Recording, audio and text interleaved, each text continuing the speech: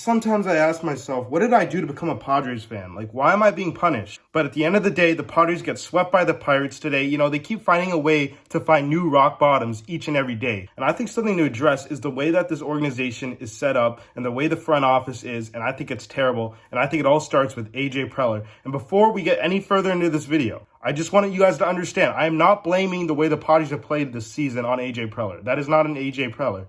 But I will say, the way that the front office is set up, whether it be the contracts, overpaying to make sure we get guys, doing insanely long deals to old players, you know, not developing any talent, you know, trading away all of our farms so we have no farm left and we have no way to get better pieces. And now we can't even rebuild because of the way our contracts are set up when you got a bunch of 38-year-olds in like a couple of years going to be stuck on this team. You know, the front office is terrible. And I'm not saying Peter Seidler, I'm talking about AJ Preller. All right, I think Peter Seidler is great, but I just think it's a bad GM and Seidler plays the puppet. It's the same thing with the Padres managers. The Padres have gone through 4 managers since AJ Preller came to power as the general manager for the San Diego Padres. You know, the Padres are under 500 in that period. They're under 500 career with Juan Soto. Bob Melvin's record with the Padres is under 500.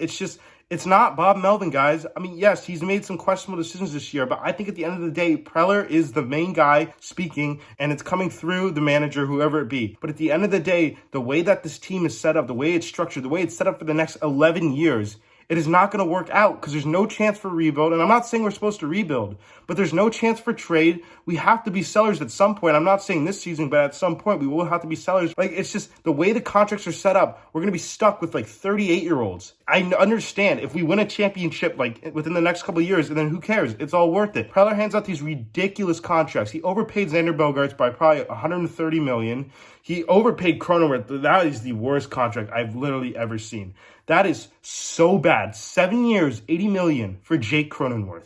Are you kidding me? Like, you guys think about a guy like Bo Bichette, leads the AL in hits probably for the 3rd year in a row this year, gets 3 years, $33.6 million, and obviously that's a steal from the Blue Jays. But guys are not taking these huge contracts. Why are we giving Jake Cronenworth $80 million? Why are we giving Xander Bogaerts $280 million? Xander Bogaerts is worth about probably like $170. All right, and I don't even know if it should be over a long 10-year span. Obviously, we do that to lower the AAV so you don't go over the luxury tax. And it's no surprise that Aaron Judge, that Trey Turner don't want to play for the Padres. They understand the way the front office is set up. They understand that it's corrupt and that it's toxic and that the way these contracts are being handed out, it's not good for the longevity of this organization. Yes, Preller has that win-now mindset, which is causing these contract extensions to be long so you can make sure you get them. But if you win the championship, it's worth it. But that's why we got 2020 screwing us, giving away all our prospects for like Mike Clevenger, Austin Nola. Like, we gave away, you know, Josh Naylor, Ty France, Andres Munoz, Kyle Quantrill, countless other great pieces for guys that never worked out on the Padres in a win-now year. 2021 was also a win-now year, but that just turned to a complete crap. Preller absolutely botched that trade deadline. Last year, we got Juan Soto, which is great and all, but we did give up huge pieces. Understandably, Juan Soto's a great player, but it's looking like at this point we lost the trade because we're not doing anything with them. Yeah, it's Juan Soto on your team, but if you're not going to win anything with them, who cares? Because at the end of the day, we're probably not going to extend him, not because we don't have enough money, probably because he just doesn't want to play for the Padres. He understands that the way this team is set up for the next 11 years is absolutely screwed. You know, it's like, it doesn't work. It doesn't work like this. It doesn't work to have Xander Bogaerts here in 7 years. It doesn't work to have Jake Cronenworth here in 7 years. Manny Machado, who's already having a bad year here in 7 years. They have to understand that the overpay to make sure you get a guy. He panicked on Machado, Preller did.